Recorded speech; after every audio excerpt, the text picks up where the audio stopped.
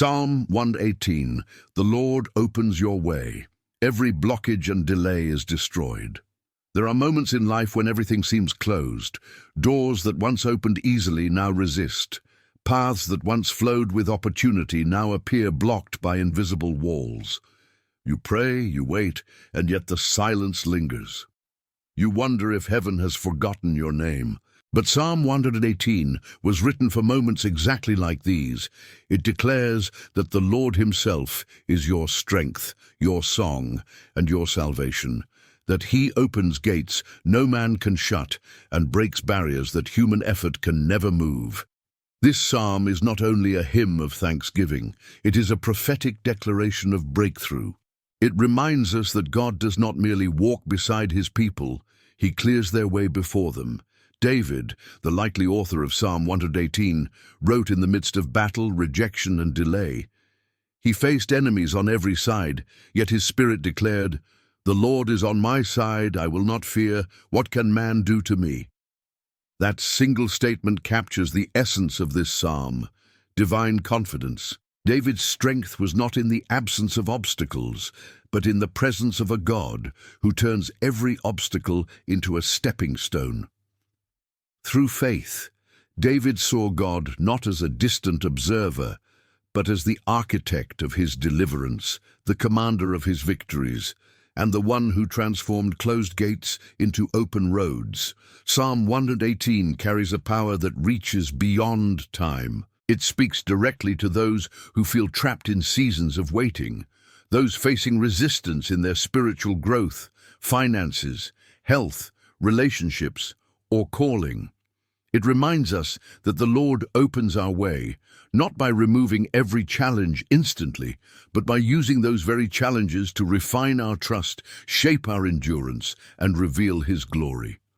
Every delay has a divine purpose. Every blockage hides a hidden blessing, and when the time appointed by God arrives, every obstruction crumbles under the weight of his word. In this reflection, we will journey through 5 profound revelations hidden within Psalm 118, each one showing how the Lord opens your way and destroys every delay. You will see that his timing is perfect, his deliverance unstoppable, and his mercy eternal. What looks like a detour is often the road to destiny. What feels like a delay is often preparation for divine acceleration. Let your heart be still and your faith rise, because the same God who delivered David is about to open your way. The Lord is on your side. The power of divine partnership. The psalm begins with a command that sounds simple but carries eternal weight. "O give thanks unto the Lord, for he is good, for his mercy endureth forever." Gratitude is not a casual act in the spiritual realm. It is a weapon. It opens the heavens and draws divine partnership into human struggle. When David faced impossibilities, he did not start with complaints or fear. He began with thanksgiving. Why? Because gratitude realigns the soul to the truth of who God is. It shifts focus from what is blocked to who breaks the blockade. To understand the power of divine partnership, we must first grasp that God never intended humanity to walk alone. From the beginning, his intention was relationship, covenant, unity between creator and creation. Psalm 118 echoes this truth. The Lord is on my side. It's not a wish or a hope, it's a declaration of identity. God's presence with you is not conditional on your perfection, but anchored in his mercy. His mercy endures forever, which means his willingness to stand beside you never expires. Every battle you face is not fought alone. Heaven itself moves on your behalf. Many people think divine partnership means the absence of struggle, but Psalm 118 shows the opposite. The psalmist was surrounded, attacked, and pressed on every side, yet he said, "They compassed me about, but in the name of the Lord I will destroy them." The Lord's presence does not always remove the storm, it empowers you to rise within it. The difference between defeat and victory is not the absence of enemies, but the awareness of divine partnership. When you know that God is on your side, You stop measuring your situation by your strength and start measuring it by His. When the enemy sees that you are walking with God, he does not simply disappear. He intensifies resistance to make you doubt that partnership. Every delay, every rejection, every confusion is meant to whisper the same lie that the serpent told in Eden. God is not really with you. But Psalm 118 answers that lie with power. The Lord is on my side. I will not fear. Fear loses authority when you believe this truth. God is not an observer. He is a participant in your journey. He walks with you, speaks through you, and fights for you. There is a mystery hidden in this psalm, the repetition of mercy. His mercy endures forever is repeated like a heartbeat throughout Scripture, but here it functions as an anchor. Mercy in Hebrew chesed means covenantal love, steadfast, loyal, unbreakable devotion. When David says his mercy endures forever, he is saying that God's commitment to him will not collapse even when he fails, falls, or fears. Divine partnership is not maintained by your perfection, but by God's unchanging faithfulness. That is why every time you fall, His hand still reaches to lift you. Every time you drift, His voice still calls you back. Every time you hit a wall, His power still opens a way.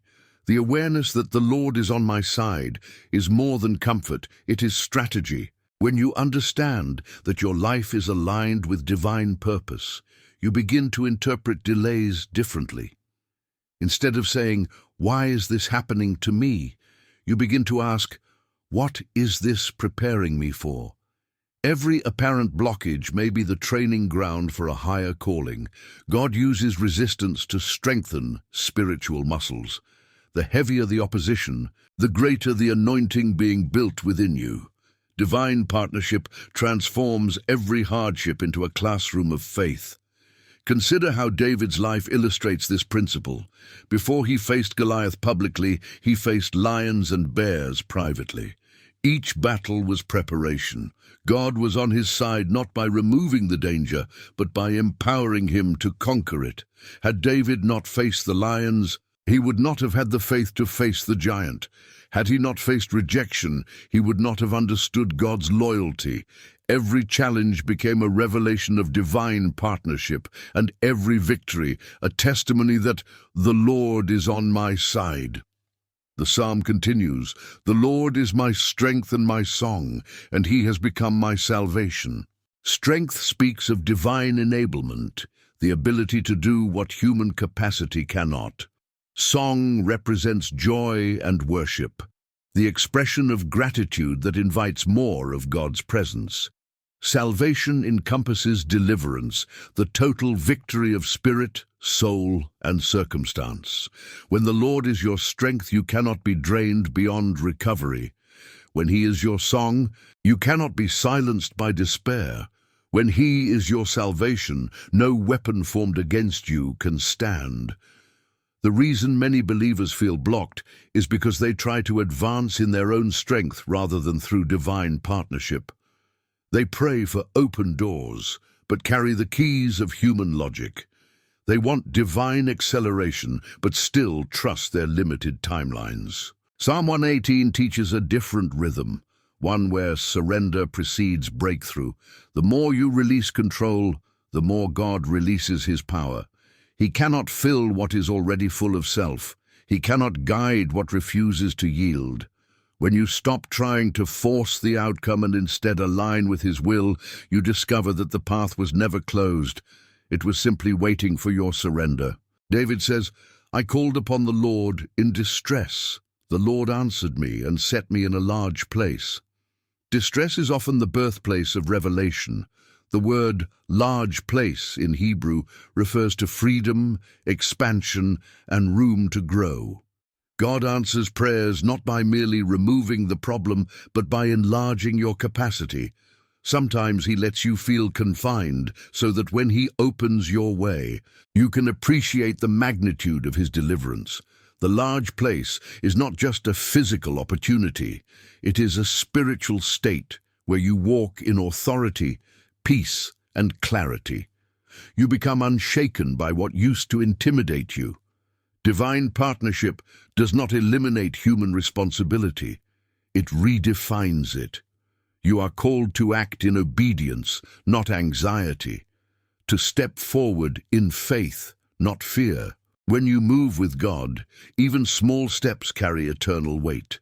Your obedience becomes the bridge between promise and manifestation. Every instruction you follow creates a path where there was none. Sometimes the blockage you face is not from the enemy, but from hesitation. God opens the way, but you must walk through it. Faith requires motion. Another profound truth emerges when David says, "The stone which the builders refused has become the headstone of the corner." This verse, quoted later by Jesus, shows that rejection is not the end, but the redirection toward divine elevation. The builders, society, people, systems may discard you, but God uses that rejection as positioning. The stone they refuse becomes the cornerstone because God's selection does not depend on human approval.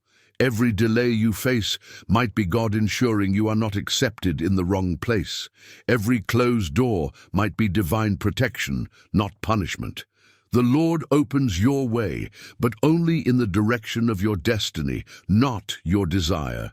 If you are walking with God, know this: what seems blocked is being rearranged. The silence you feel is strategy, not neglect. The time you think you've lost is being redeemed in ways you cannot yet see. When God is on your side, even the delays serve His design. He is preparing you, protecting you, and positioning you. Soon, the very places where you were rejected will witness your redemption. The very obstacles that mocked your faith will become monuments of His power. You will say as David did, "This is the Lord's doing. It is marvelous in our eyes." So, as you walk through the waiting, declare Psalm 118 over your life. Declare it over your work, your relationships, your dreams. The Lord is on your side. His mercy endures forever. No blockage is eternal. No delay is final. The one who opens the way for His people is already clearing your path. Stand still and see His salvation. It is nearer than you think. If this message has spoken to your heart, take a moment to subscribe to our channel.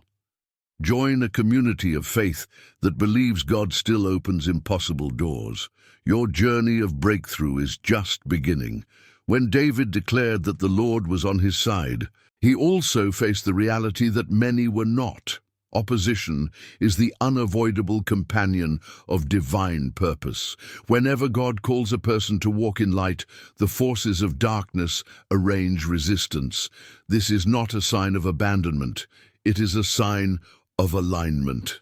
The enemy only attacks what carries heavenly potential. Every blockage and delay that you face is a spiritual echo of your destiny, proof that something greater is about to unfold. But how you respond during these moments determines whether you remain stuck or move into divine acceleration. Psalm 118 is not just a song of praise. It is a manual of warfare for those walking through resistance. The psalmist shows that victory does not come from human effort, but from divine revelation, seeing the hand of God at work in what seems like chaos. The path to destiny is rarely smooth. God allows certain obstructions not to defeat you, but to define you. The walls you face are not meant to imprison you, but to teach you how to pray until walls fall. The delays that frustrate you are not meant to destroy your hope, but to purify it. Faith that has never been tested cannot open impossible doors. That is why David said, "It is better to trust in the Lord than to put confidence in man." Human solutions may promise speed, but divine trust guarantees permanence. When you place your faith in God's process, every delay becomes a preparation for revelation. The Lord does not forget His promises. He simply aligns your heart to carry what He has prepared. Imagine David's situation when he wrote these words. He had been chosen by God but rejected by men, anointed as king, yet still hunted as an outlaw. Every natural sign said that the promise was impossible. Every circumstance shouted that he was blocked. But in that pressure, something supernatural was forged. Trust. Trust is the divine bridge between delay and destiny. When you cannot trace God's hand, you must learn to trust his heart. That trust turns the unseen into the unshakable. It allows you to say, even while surrounded by enemies, the Lord is my helper. And that declaration invites divine intervention. God responds to trust like fire responds to oxygen. It ignites movement. What was stagnant begins to shift. What was sealed begins to open. There is a profound pattern in how God moves in the lives of his people. Before every open door, there is a season of waiting. Before every promotion, a season of pruning. Before every revelation, a time of silence. The flesh resists this rhythm because it demands control, but the spirit learns to rest in the unseen hand of God. Psalm 118 teaches this rhythm through the repetition of dependence. I called upon the Lord in distress. The Lord answered me and set me in a large place. Distress becomes the place where divine answers are birthed. When God wants to enlarge your faith, he allows you to feel confined. He waits until your dependence is total, until there is no plan B, no human option, no alternative escape. Only then does he reveal that he was working behind the scenes all along. Every blockage you face is an invitation to see God differently. Sometimes he does not remove the obstacle because he wants you to see his power through it. The Red Sea did not part until Moses stretched out his hand. Jericho's walls did not fall until Israel shouted in faith. The stone was not rolled from Jesus' tomb until heaven itself moved. Obstacles are not barriers to God, they are platforms for his glory. When he opens a way, he often does it through what looked like an ending, what you call delay, heaven calls demonstration. God allows the impossible to develop intimacy. The longer the wait, the deeper the revelation of who he is. When David cried, "The Lord answered me and set me in a large place," he was declaring that divine intervention always exceeds human expectation. God does not just remove what blocks you, he expands what you can handle. The large place represents a shift from limitation to abundance, from constriction to freedom. Spiritually, it means that God enlarges your understanding, your endurance, your gratitude. He gives you more space to breathe, more wisdom to discern, and more capacity to serve. Many people want an open door, but are not yet prepared to carry the responsibility that comes with it. God enlarges your spirit before he enlarges your territory. He trains your heart before he entrusts you with influence. The process of enlargement often feels like delay. You pray for progress, but encounter silence. You ask for signs, but see none. You wonder if you took a wrong turn, but God is not punishing you. He is preparing you. Spiritual maturity is learning to interpret silence as strategy.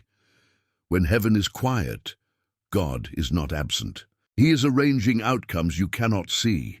The psalmist said, "I shall not die, but live and declare the works of the Lord." That is not just a statement of survival. It is a prophecy of purpose. Every believer must come to the moment where faith speaks louder than circumstances. You declare life even in the valley of delay. You prophesy movement when the road seems blocked. Faith declares what it cannot yet see because it trusts who God is. Sometimes the greatest blockage in life is not external, but internal. The enemy does not always need to close doors. He only needs to fill the heart with doubt. Fear becomes a greater prison than circumstance. That is why Psalm 118 emphasizes the inner posture of trust. The Lord is my strength. Your strength here means the inward power to remain steadfast. It is not the absence of weakness, but the decision to depend on divine energy. The Holy Spirit renews the mind daily, reminding you that your story is not over, that your path is not closed, and that every setback still bends toward purpose. When you operate from that inner assurance, outer resistance loses its power. You become unstoppable, not because there are no walls, but because your faith keeps walking until the walls fall. There is a mystery in divine timing. God opens the way at the appointed hour, not sooner, not later. The delays of heaven are never denials. They are alignments. Many times we think we are ready for the next level, but readiness in God's kingdom is not measured by desire. It is measured by depth. The greater your destiny, the deeper your preparation. Joseph waited in prison before ruling Egypt. Moses waited 40 years before confronting Pharaoh. Even Jesus waited until the fullness of time to begin his ministry. Waiting is not wasting, it is weaving. God weaves strength, wisdom, and character into your soul so that when the gate finally opens, you can walk through it with stability and humility. Those who rush the process often collapse under the weight of premature blessing. Psalm 118 reveals another divine truth. Open doors come with discernment.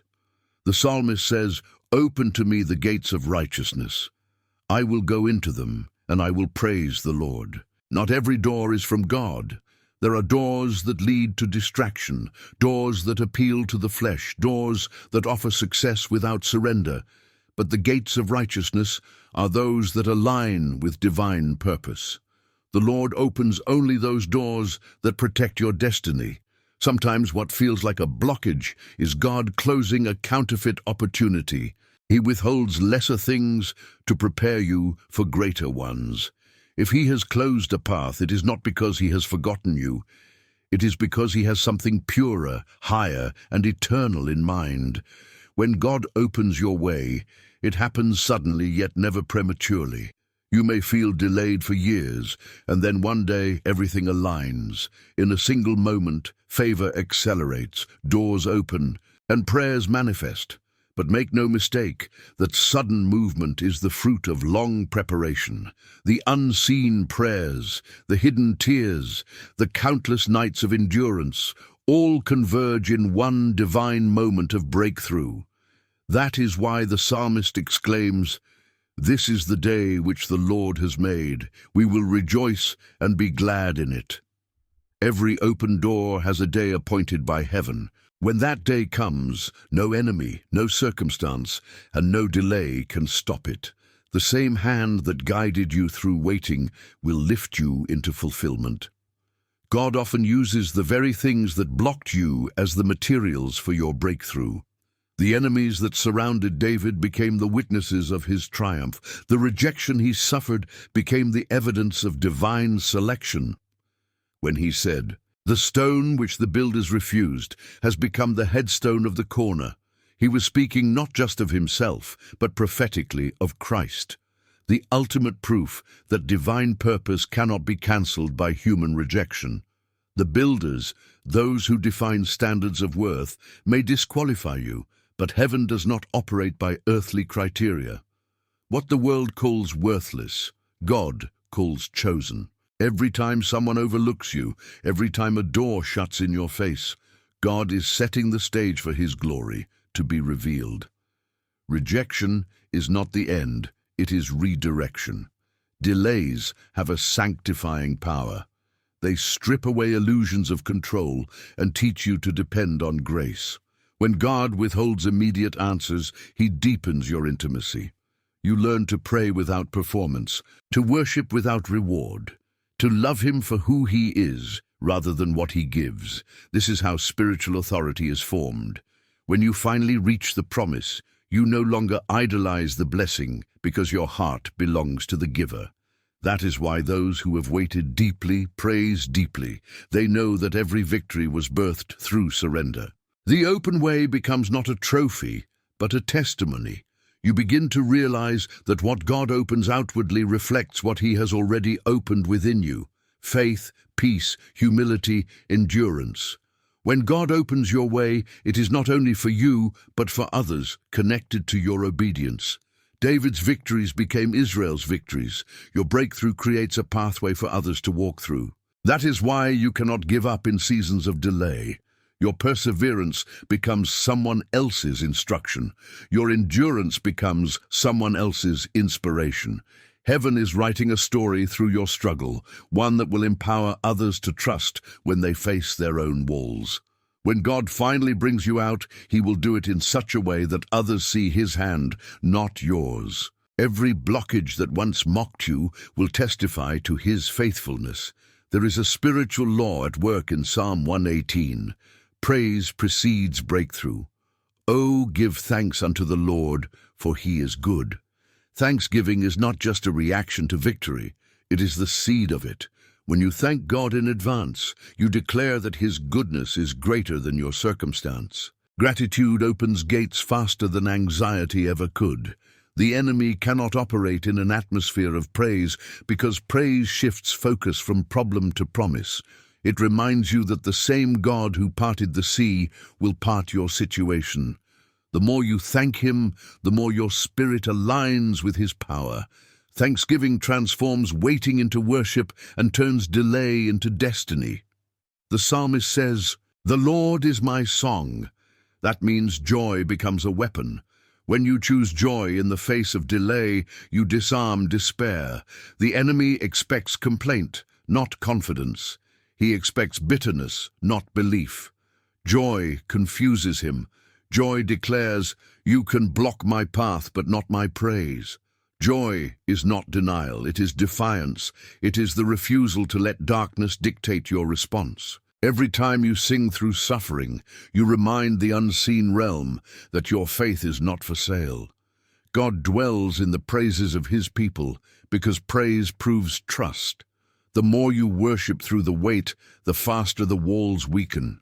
What begins as a whisper of faith becomes a roar of victory. In Psalm 118, the psalmist shifts from declaration to prophecy. "Save now, I beseech Thee, O Lord. O Lord, send now prosperity." This is the cry of divine readiness. After seasons of delay, the heart finally aligns with heaven's timing. The Hebrew word for prosperity, tzalak, means to advance, to break forth, to succeed beyond resistance. When the psalmist prays this, he is not asking for money, but for divine momentum. He is saying, "Lord, let what you promised begin to move." And that prayer still resounds today. When you cry out from a place of surrender, heaven responds with acceleration. The Lord sends prosperity, not as an afterthought, but as fulfillment. Everything that was blocked begins to flow. Every area that was dry begins to bloom. The season of delay gives birth to the season of release.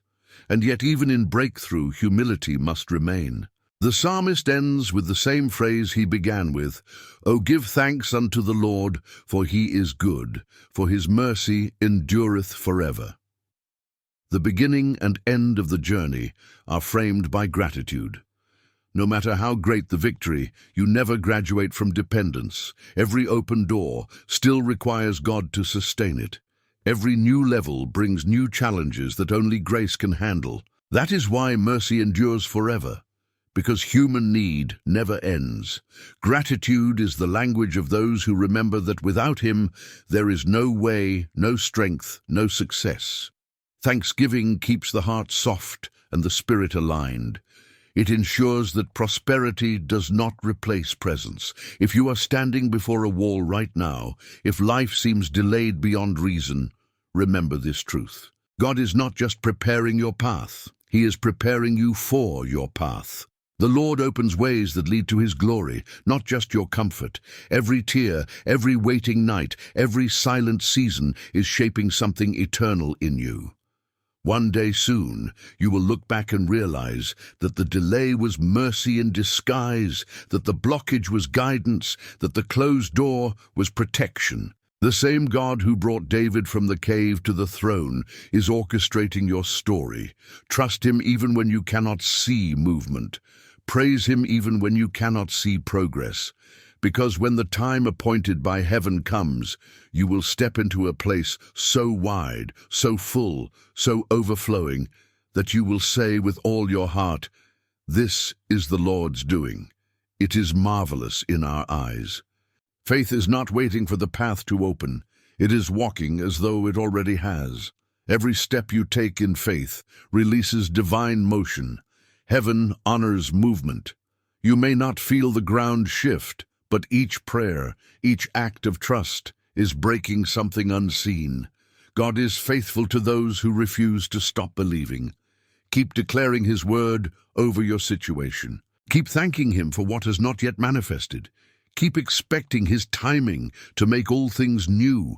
The Lord opens your way, not by removing all resistance, but by proving that His presence is stronger than every force against you. Your story is far from over. The same mercy that carried David will carry you. The same hand that lifted him from despair will lift you. Every blockage will crumble. Every delay will dissolve. Every chain will break. When God moves, He moves completely. The path that once looked impossible will become the very road where His glory shines through you. Stand firm, keep believing, and prepare your heart to rejoice in the day of fulfillment. Because surely, as Psalm 118 declares, His mercy endures forever. If this message strengthened your faith, remember to subscribe to our channel. Join a community that believes every delay ends in divine purpose, and every blockage is just the beginning of breakthrough. Your journey with God continues here. Stay connected and let His word open your way. When a believer reaches the point of understanding that the Lord is not merely a helper, but the very architect of their destiny, something within shifts permanently. Fear begins to lose its vocabulary, and faith begins to find its own voice. The soul that once trembled before obstacles starts to walk with a quiet authority, knowing that nothing can truly oppose what God has ordained. This is the essence of Psalm 118, not only that God opens the way, but that He becomes the way. The psalm does not only celebrate deliverance from enemies, it unveils the mystery of divine orchestration, where every delay becomes a hidden preparation and every hardship becomes a divine instrument, sculpting the heart to mirror heaven. David's journey mirrors the believer's internal war between faith and sight. When everything visible seems to contradict the promise, when doors remain closed and voices of doubt grow louder, that is where faith must become a choice rather than an emotion. Faith is not denial of reality, it is defiance of defeat. The psalmist writes from the battlefield of human limitation, yet his words ascend into the language of eternity. The Lord is my strength and my song. He does not say that strength was given to him after the battle. He declares strength while still surrounded. He does not wait for victory to sing. He sings because victory is already written in God's decree. True faith speaks the end from the middle. It stands in the storm and says, "Peace, be still," not because the winds have calmed, but because the one who commands the winds lives within. Many believers misunderstand the nature of divine victory. They assume it is the absence of difficulty, but Psalm 118 shows that it is the transformation of difficulty. God does not always change the circumstance. He changes the person within it.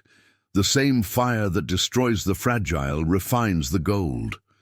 When the psalmist says, "Thou hast thrust sore at me that I might fall, but the Lord helped me," he acknowledges the violence of the attack. Yet the focus is not on what was done to him, but on what God did for him. Every thrust of adversity became a push toward purpose. Every wound became an entry point for grace. The Lord's help did not come by erasing the pain, but by empowering him to overcome it. And that is how spiritual authority is born, not from avoidance, but from endurance. To walk in the reality of this psalm is to see life from heaven's perspective. Every closed door begins to make sense when viewed from eternity. God's delays are not arbitrary pauses, they are protective barriers. Sometimes he withholds movement because premature success could destroy you. A blessing received too early can become a burden. So he lets you wrestle, wait, and weep until your spirit matures to handle the weight of destiny.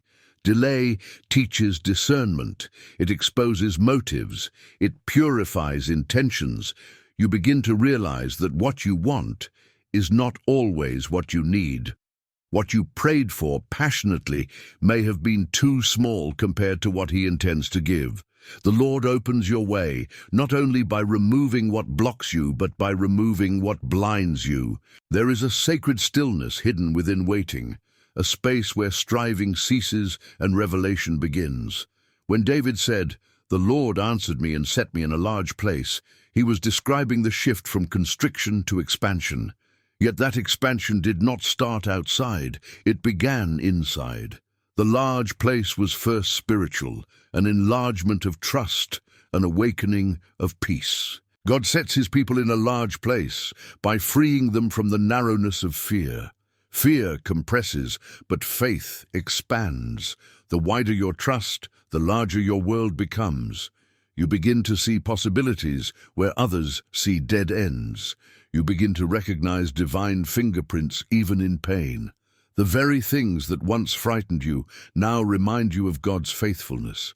And suddenly, the path that once seemed blocked reveals itself to have been unfolding all along, just beyond your limited sight.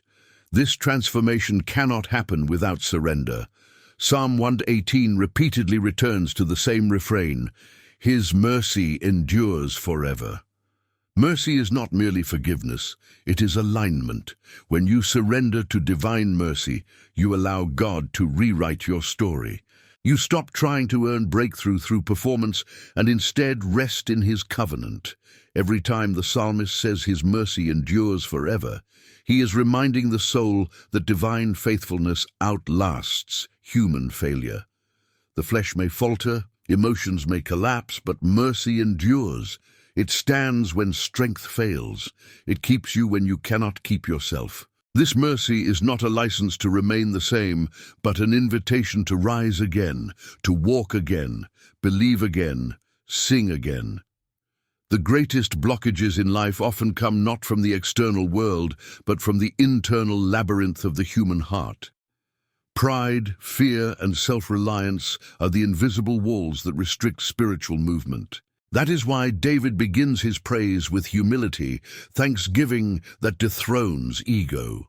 When you thank God in the middle of adversity, you are declaring independence from circumstance. You are telling the universe that your joy is rooted in eternity, not in outcomes. Thanksgiving releases divine flow because it acknowledges that even in the dark, God is light. Even in delay, he is direction. Even in silence, he is speaking. Every word of gratitude becomes a key that turns the lock of unseen gates. Gratitude doesn't make God move faster, it makes you ready to move when he does. The psalmist's words, "It is better to trust in the Lord than to put confidence in man," are not an insult to human ability. They are an elevation of divine reliability. Men can open doors, but only God can sustain them. People may help you temporarily, but their loyalty has limits. God's help, however, is eternal and unconditional. That is why every believer must come to the sacred detachment where trust is no longer divided. The more you lean on human approval, the more unstable your journey becomes. But when you learn to walk by divine direction, even if others misunderstand you, your steps remain secure. God's approval sustains what man's applause cannot. Those who depend on him never truly fall. They are repositioned for greater things. David's testimony unfolds with prophetic rhythm. "All nations compassed me about, but in the name of the Lord will I destroy them." The repetition of "in the name of the Lord" reveals that victory is never achieved by human force, but by divine authority. The name of the Lord represents his character, his covenant, and his power. To invoke his name is to align with his nature. Every time you speak his name in faith, you are declaring that no opposition can stand before his sovereignty. David did not fight enemies with bitterness, but with belief.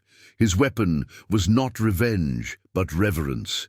The phrase, "in the name of the Lord," transforms every confrontation into an opportunity for God's glory to manifest. That is why your greatest battles are not meant to destroy you, but to display his dominion through you. Spiritual warfare, as Psalm 118 illustrates, is not fought by shouting at darkness, but by standing in light. The more you dwell in God's presence, the less room there is for fear. When you abide in his truth, lies lose their power. The enemy cannot block what you are fully surrendered to God to do. The walls you see are not physical but spiritual. They crumble when your inner life aligns with divine order. Every obstruction in your path begins to weaken when your heart stays anchored in worship. Worship is not a song, it is surrender in motion. It is the decision to honor God above frustration. The more you worship in your wilderness, the closer you come to your breakthrough, because the Lord does not inhabit complaints, he inhabits praise. David's experience with enemies was not metaphorical. He was literally hunted by men who desired his death. Yet even then, he found language not of fear, but of faith. "They compassed me about like bees," he wrote, "but they are quenched as the fire of thorns." The image is vivid, a swarm of attack, a storm of hostility, yet ending in sudden stillness. Fire of thorns burns fast and bright, but quickly dies. David knew that the attacks of the enemy, no matter how fierce, were temporary. God's protection, however, was permanent. What a revelation! The wickedness of men has an expiration date, but the mercy of God endures forever. When you understand this, panic turns into peace. You stop magnifying threats and start magnifying truth. The Lord's promises outlast the enemy's plans. One of the deepest revelations in this psalm comes through the phrase, "The Lord hath chastened me sore, but he hath not given me over unto death." This is divine discipline, not destruction. God allows correction to preserve connection. Sometimes the blockages we experience are not attacks but interventions, moments where God stops us from running ahead of grace. His correction is proof of his affection. The fact that you feel delayed may mean that God is protecting you from premature exposure. He will never give you what you are not prepared to sustain. His chastening is not rejection, it is refinement. When he delays you, he is deepening you. When he closes doors, he is calibrating your discernment. What feels like loss is often mercy in disguise. The psalmist then cries, "Open to me the gates of righteousness." Notice the phrasing, not gates of wealth, fame, or power, but righteousness. This shows the priority of heaven. God's first concern is not your comfort, but your conformity to his image. The gates of righteousness open only to those who have allowed the Spirit to align their hearts with holiness. That is why some doors remain closed until the inner life matches the outer calling. God opens doors not for ambition, but for assignment. When your motives become pure, access becomes inevitable. Righteousness is the master key that unlocks divine pathways. The one who walks uprightly never needs to manipulate outcomes. Heaven itself bears witness and opens the way. Psalm 118 also unveils the prophetic connection between the psalmist's words and the life of Christ. When it says, "The stone which the builders refused has become the head of the corner," it foreshadows Jesus, rejected, despised, crucified, yet exalted. This prophetic alignment reveals that every chosen vessel must walk through rejection before resurrection. Rejection is not a deviation from destiny, it is the door to it. God hides his greatest treasures in seasons of obscurity. The builders, systems, people, institutions may not recognize divine value because heaven measures differently. The cornerstone represents stability and alignment. It is the foundation upon which everything else stands.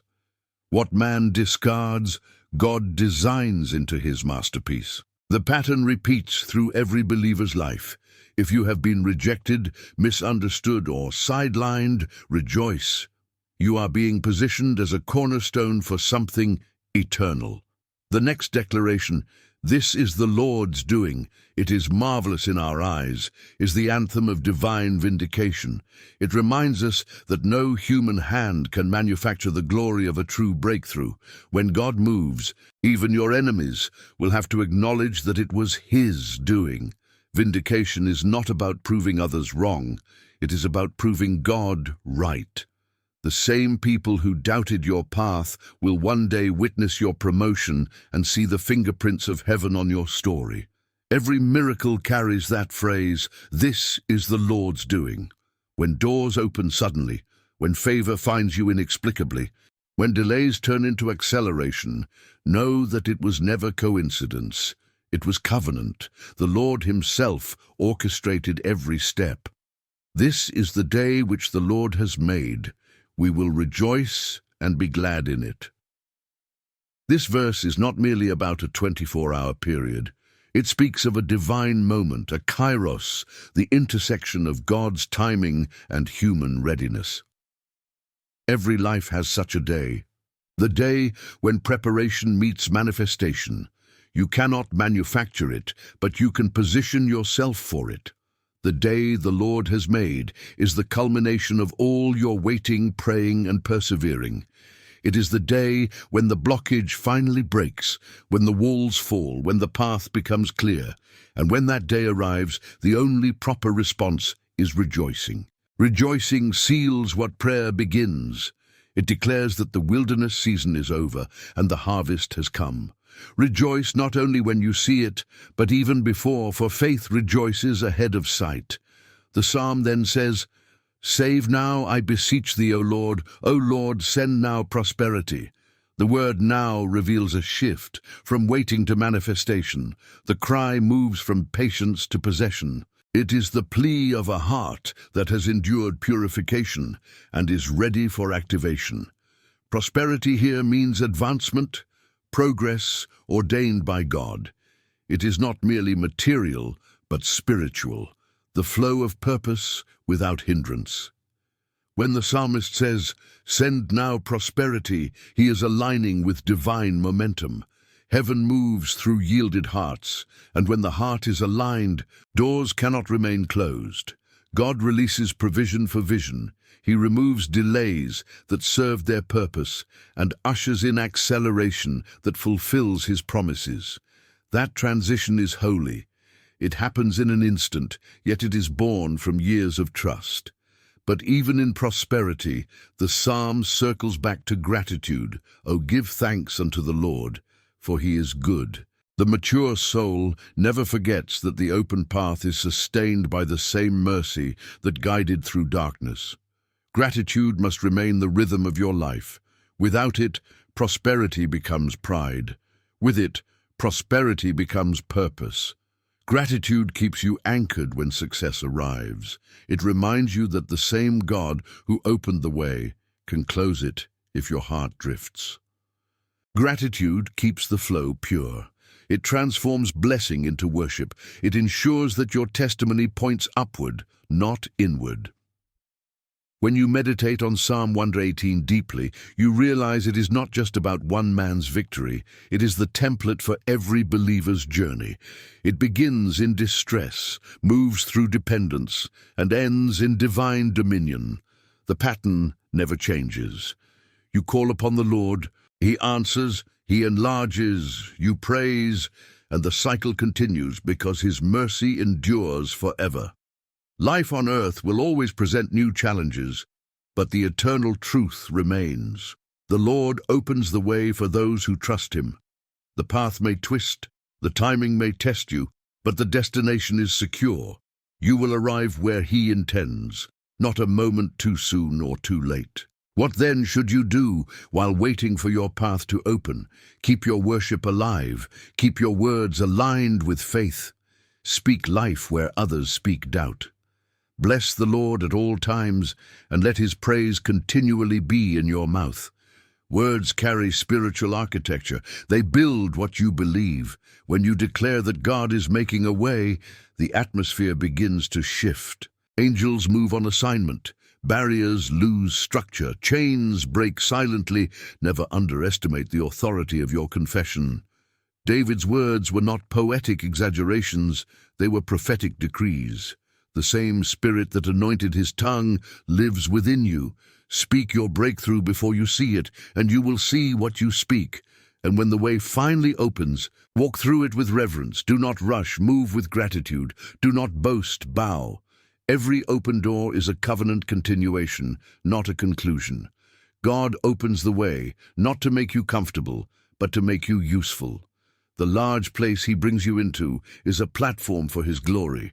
Your breakthrough becomes your ministry. The freedom you gained becomes the message you carry. The same mercy that delivered you will now flow through you to others, still waiting for their turn. This is how the kingdom multiplies, one delivered heart at a time.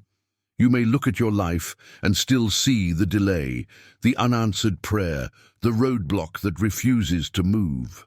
But hear this truth: if you are still seeking God, your path is not closed, it is being carved. Every prayer spoken in faith is chiseling away at what stands before you. The mountain that looks immovable is losing its strength each time you trust instead of despair. The process is invisible, but the outcome is inevitable. God's word cannot return void. The Lord opens the way, not always suddenly, but always surely. One morning, you will awaken and realize the thing that resisted you for years has vanished. The door is open, the timing is perfect, the peace is complete, and you will know that it was the Lord's doing. So keep walking, even when the path is narrow. Keep believing, even when nothing moves. Keep thanking, even when the answer delays. Because in due season, everything shifts. Heaven never forgets a faithful heart. Your story is unfolding even now, written line by line by the hand of mercy. And soon you will say with full conviction, "This is the day the Lord has made. I will rejoice and be glad in it." The wait will have been worth it. The battle will have made sense, and the glory will belong to him alone. If this message has spoken to your heart, take a moment to subscribe to our channel. Join a growing community of faith that believes God still opens impossible paths, transforms delays into destiny, and turns every barrier into testimony. Stay connected.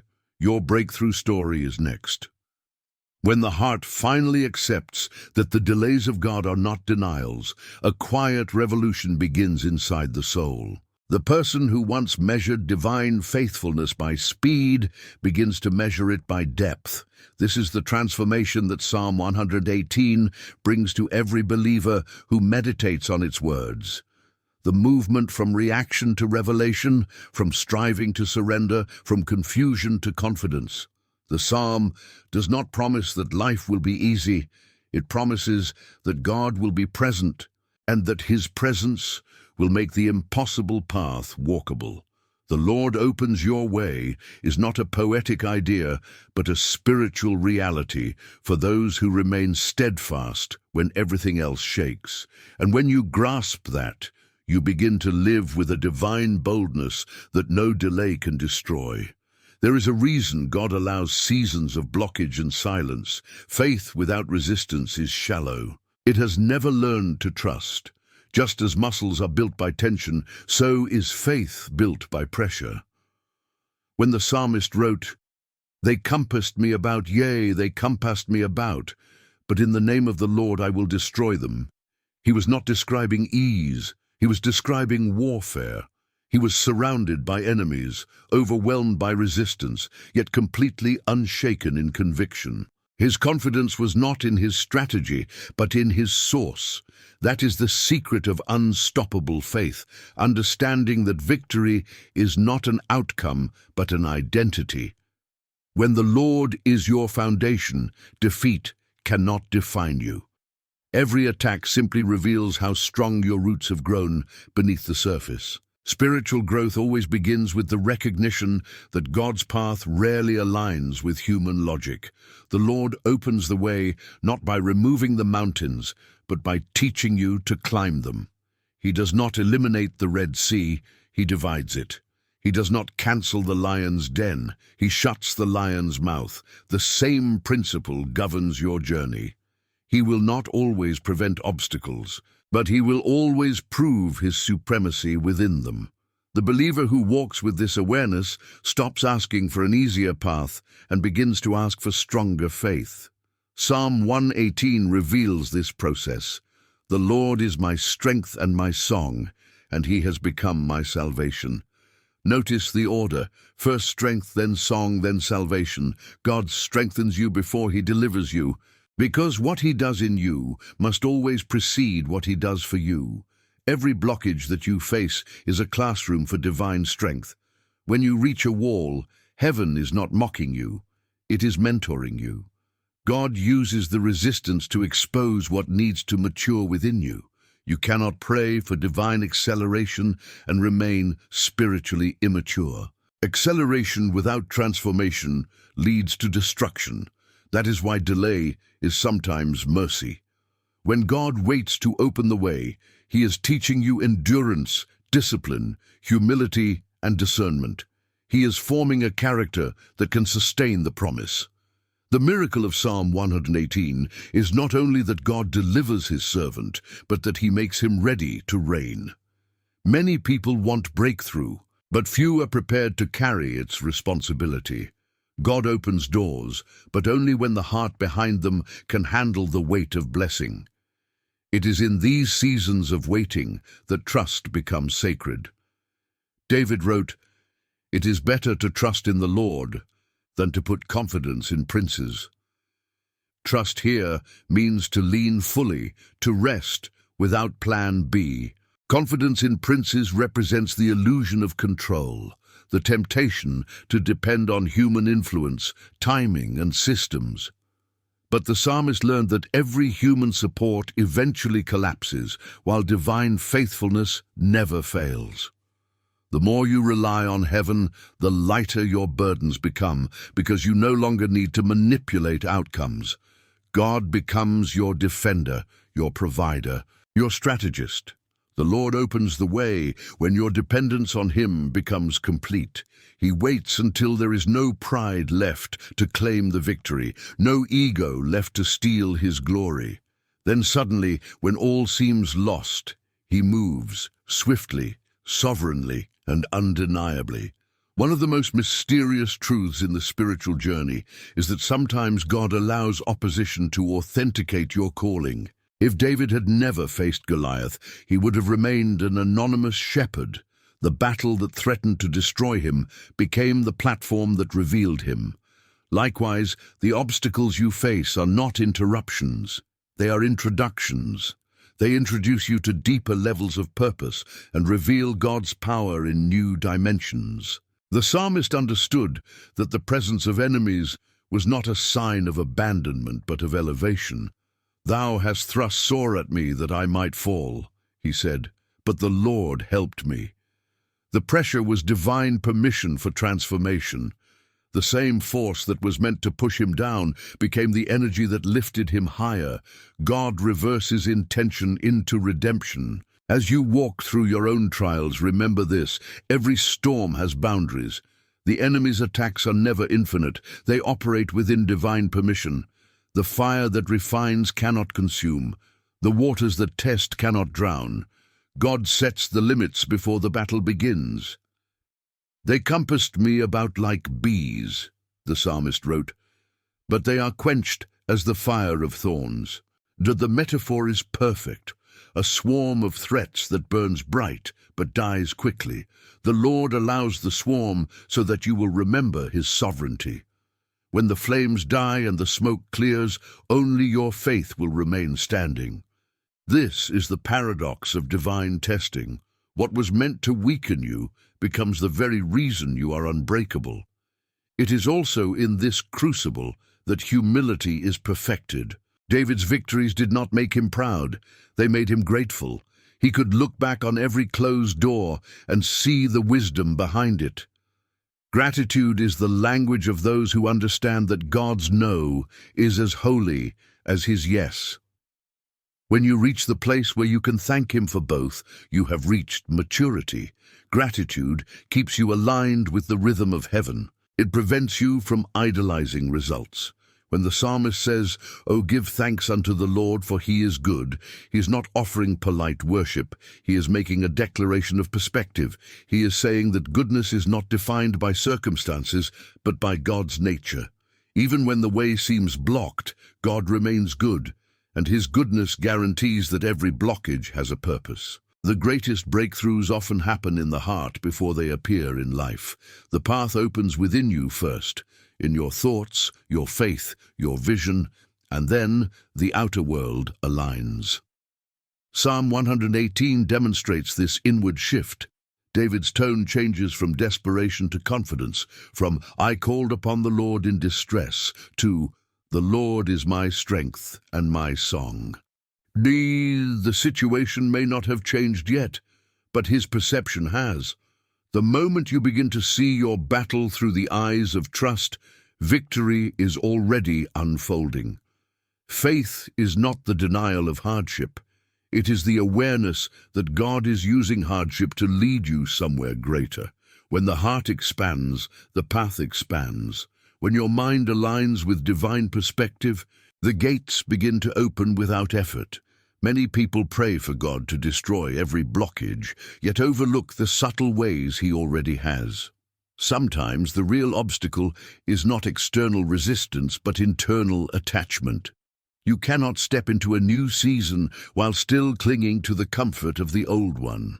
The Lord opens your way by removing not just physical barriers, but emotional dependencies. He detaches you from people, habits, and identities that no longer serve your purpose. This process is often painful, but it is always prophetic. The stripping precedes the shining. You cannot carry everything into destiny. Some things must be left behind. When doors close, do not fight them, bless them. Their closure is divine language, telling you that your next chapter requires lighter baggage. Psalm 118 also reveals the rhythm of divine timing. This is the day which the Lord has made. We will rejoice and be glad in it. Notice that the psalmist does not say, "This is the season," or "This is the year," but "This is the day." God's openings happen in moments, appointed intersections where preparation meets providence. You may wait years for something, and then in one day everything changes. The Lord does not need time. He only waits for readiness. When the heart is aligned, the path manifests instantly. This is why perseverance is so vital. You never know which prayer will be the last before breakthrough. Many give up on the 99th step, unaware that the 100th would have opened everything. Keep walking, because your day may be closer than you think. When that day arrives, it comes with clarity. Doors that were closed open effortlessly. Opportunities that once felt distant rush toward you. Relationships realign, resources appear, and the invisible hand of God arranges every detail. But even in that moment, the psalmist reminds us to stay rooted in gratitude. This is the Lord's doing. It is marvelous in our eyes.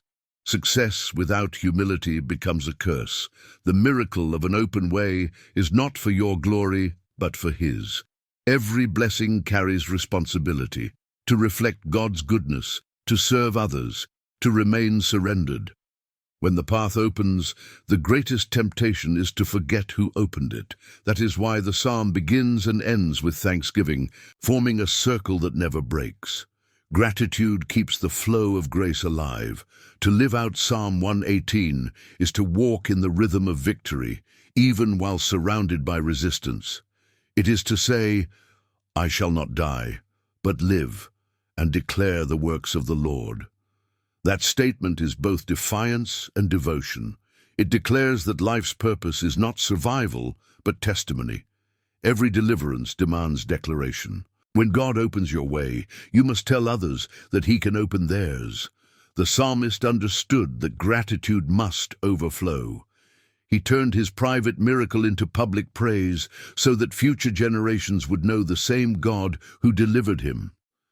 The words of Psalm 118 still echo because he refused to remain silent. Every believer carries that same assignment, to live as living proof that mercy endures, that faith works, and that God opens paths no man can block. Delays often tempt you to question whether you heard God correctly. You begin to wonder if you missed the signal, if the vision was just imagination. But divine silence is not absence, it is calibration. God hides His face not to punish, but to purify. He withdraws tangible signs so that faith can grow without sight. The psalmist experienced this and still said, "I called upon the Lord, and He answered me." The answer did not always come immediately, but it always came perfectly. Heaven never forgets a prayer born in truth.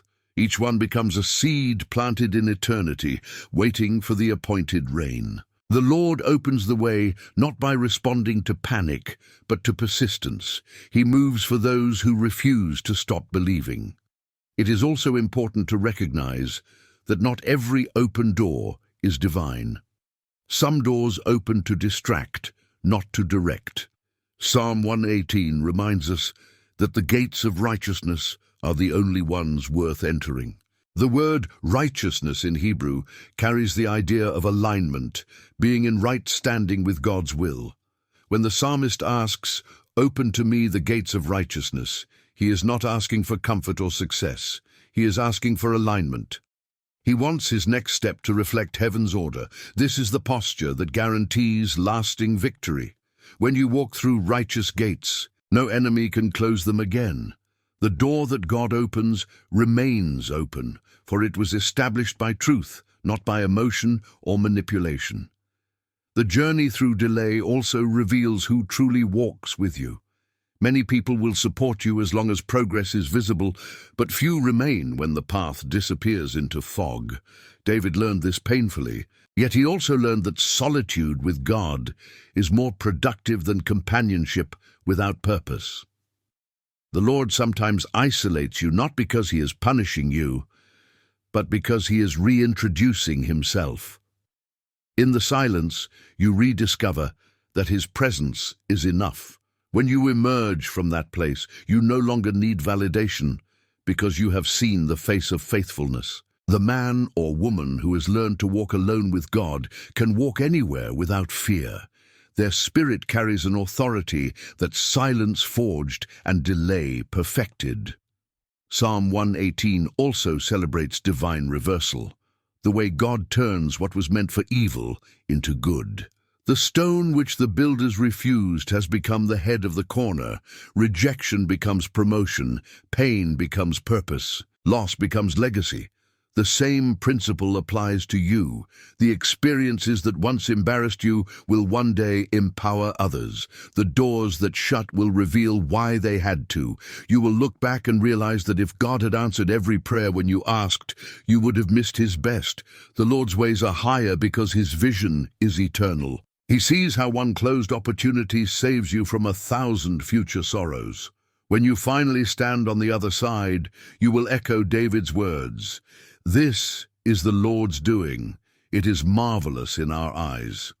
In the end, the message of Psalm 118 is simple, yet immeasurably deep.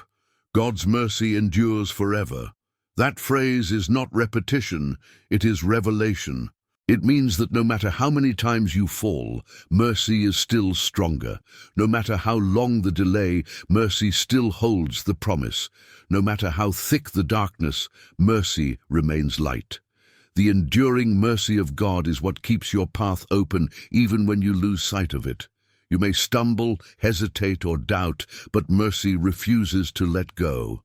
The path of the righteous is not perfect, but it is preserved. Every step, every misstep, every moment is redeemed by the mercy that endures forever. If today you feel trapped, if the road seems blocked and time seems wasted, take heart. The same God who raised David from the valley of despair is guiding you through yours. The way may not look open yet, but it is opening beneath your feet even as you read these words. The obstacles are temporary, the covenant is eternal. Soon the very ground that resisted you will support you. The very people who doubted you will witness your restoration. The very storm that threatened to destroy you will become the wind that carries you forward. The Lord opens your way, not with noise and spectacle, but with quiet power that cannot be reversed. Trust His timing. Rest in His mercy. Keep walking through the valley of waiting, because light always breaks after the longest night. You are not forgotten. You are being formed. You are not delayed. You are being developed. Every season of silence has built an unseen strength within you that will sustain you when the gates finally open. And when they do, walk through them with reverence. Lift your voice and declare, "This is the Lord's doing." Let your life become living proof that patience is never wasted, that faith never fails, and that God's mercy truly endures forever. For those who trust in Him, every wall eventually becomes a doorway, and every delay becomes the stage for divine revelation. If this message has touched your spirit, subscribe to our channel. Join a community of believers who are learning to trust God's timing, to see His hand in every delay, and to walk boldly through every door He opens. Your journey is not over. It is unfolding. Stay with us, and let the Word continue to guide your way. When the soul reaches the point where it no longer fears the waiting, a new kind of freedom is born. This is the place Psalm 118 was written from, not the safety of comfort, but the battlefield of surrender. The psalmist had faced storms, enemies, betrayals, and delays that would have destroyed any lesser man. Yet he emerged with one unshakable conviction: the Lord reigns, and His mercy endures forever. To live by this truth is to walk in a power that cannot be taken away. It is to understand that the path of destiny is not built by speed or luck, but by faith forged in fire. Every time David was delayed, God was not withholding. He was building. Every battle was a classroom, every setback a seed. The Lord was constructing a king out of rejection, shaping greatness through obscurity, and turning pain into prophecy. That same pattern still defines every believer's journey. God is not simply opening a way for you, He is making you ready for the way. The final revelation of Psalm 118 is that divine openings are never about convenience. They are about covenant. The Lord does not open the way because you have waited long enough, but because what He has planned requires your transformation to be complete. That is why delay often lasts longer than you expect. God is not measuring time, He is measuring readiness. Until your heart, motives, and perception are aligned with His, the path remains hidden. The moment that alignment comes, everything shifts. The walls fall, the gates open, and the path that once felt impossible becomes illuminated by grace. This is what the psalmist meant when he wrote, "The Lord has become my salvation." Salvation is not merely escape, it is enlightenment. It is the realization that every step, every silence, and every storm were part of the same divine choreography leading you to this moment. Throughout his trials, David discovered that divine openings often occur through unexpected channels. The Lord does not always use the paths we anticipate. He may send provision through someone you never thought of, open a door through rejection, or bring healing through what once broke you. God's methods defy logic because His goal is not your comfort, but your awakening. When He opens the way, it is never to return you to what was familiar. It is to lead you into what is eternal. Psalm 118 is a declaration that God's ways are not bound by human systems.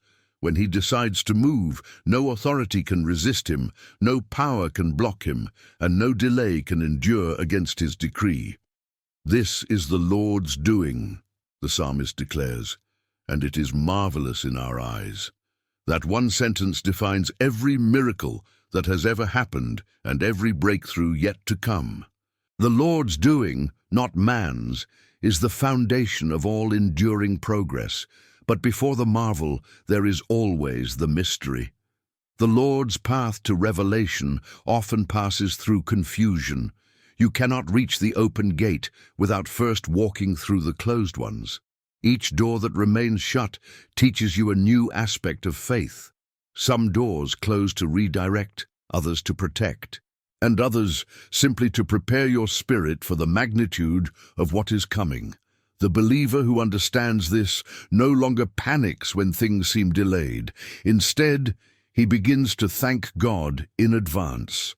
Gratitude in uncertainty is the highest form of worship because it trusts God's heart even when his hand is hidden. The psalm begins and ends with this secret: "Oh, give thanks unto the Lord, for he is good." The repetition is not poetic redundancy, it is revelation reinforcement. The psalmist is teaching the reader to circle every circumstance with thanksgiving until breakthrough arrives. The warfare described in Psalm 118 is not external alone, it is internal. The greatest enemy of divine movement is not demonic opposition, but unbelief within the human heart. The walls of doubt are thicker than any physical barrier. The mind that questions God's faithfulness cannot perceive the path he is already clearing. That is why David began by declaring, "The Lord is on my side, I will not fear." This was not denial, it was decision. He decided that fear would no longer dictate his perspective. Faith does not erase fear, it dethrones it. When fear no longer controls your reactions, you begin to walk in the rhythm of heaven. The enemy may still roar, but his roar no longer rules you. You recognize that he has power only over those who give him attention. When you fix your gaze on the Lord, every attack loses strength. The psalmist understood this.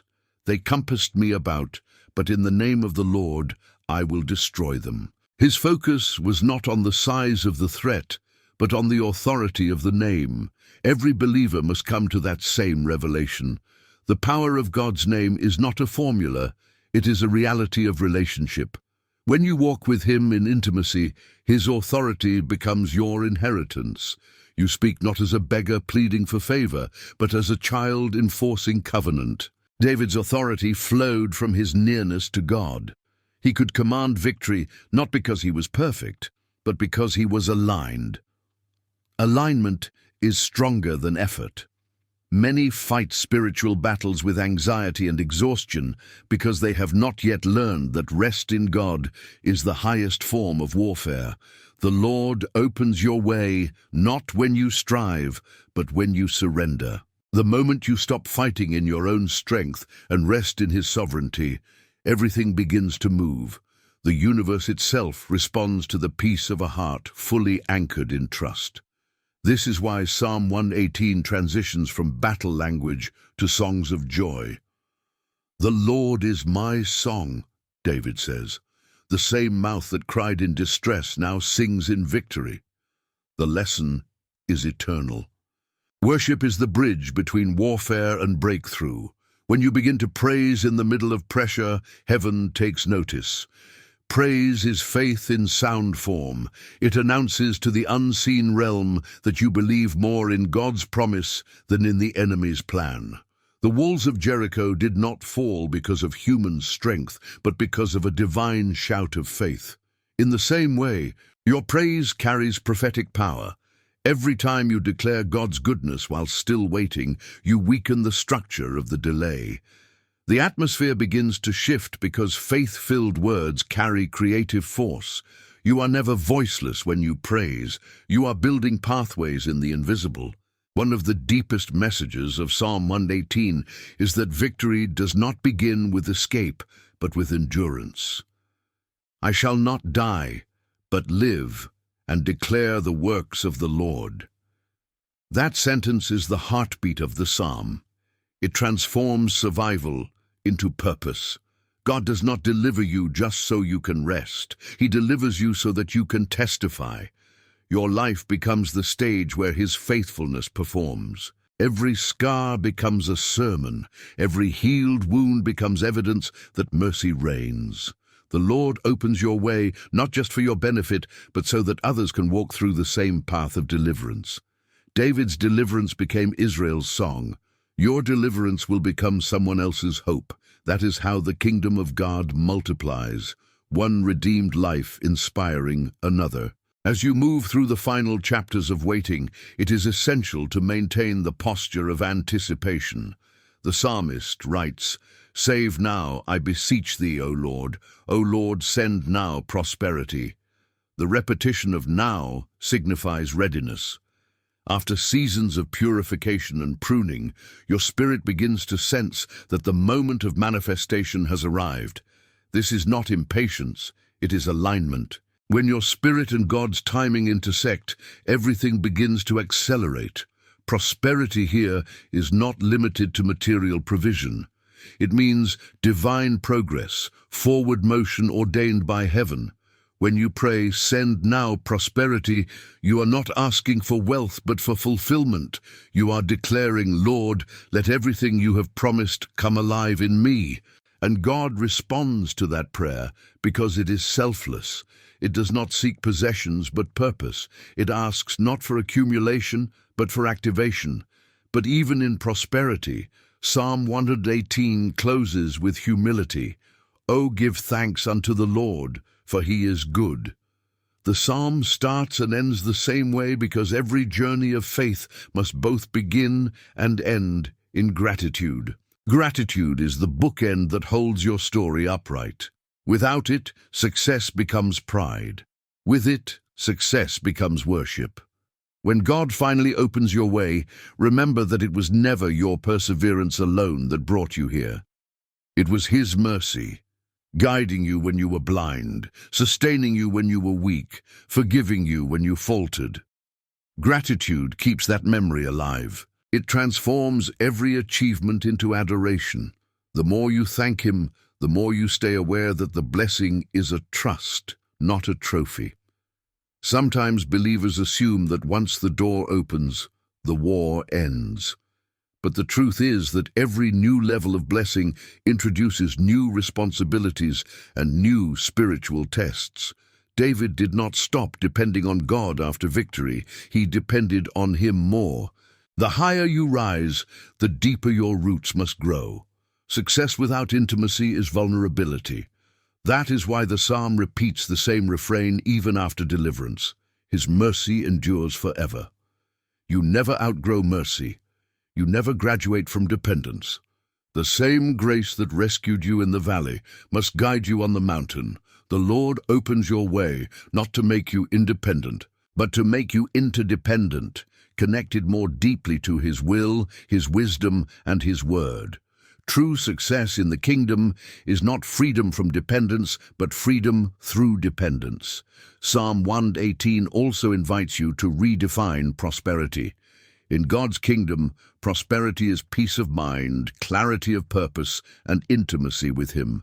It is the ability to walk through storms without losing your song. It is contentment that does not depend on circumstances.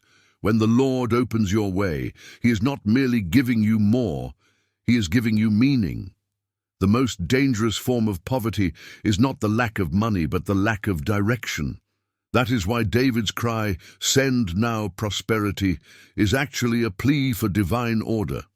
He wanted his life to move in sync with heaven. When your steps align with divine timing, every resource, every person, every opportunity needed for your assignment begins to flow toward you effortlessly. You stop chasing what was never yours and start attracting what was always meant for you. The spiritual principle is clear. The open way is reserved for the obedient heart. The Lord does not open paths for those who want comfort. He opens them for those who carry purpose. Obedience is the invisible bridge between prayer and manifestation. You can pray with power, but if you do not walk in obedience, the gates remain locked. David's life proves this truth. Every time he obeyed divine instruction, heaven responded. Every time he strayed, delay followed. But even in his failures, mercy was greater. God used correction not to condemn but to course correct.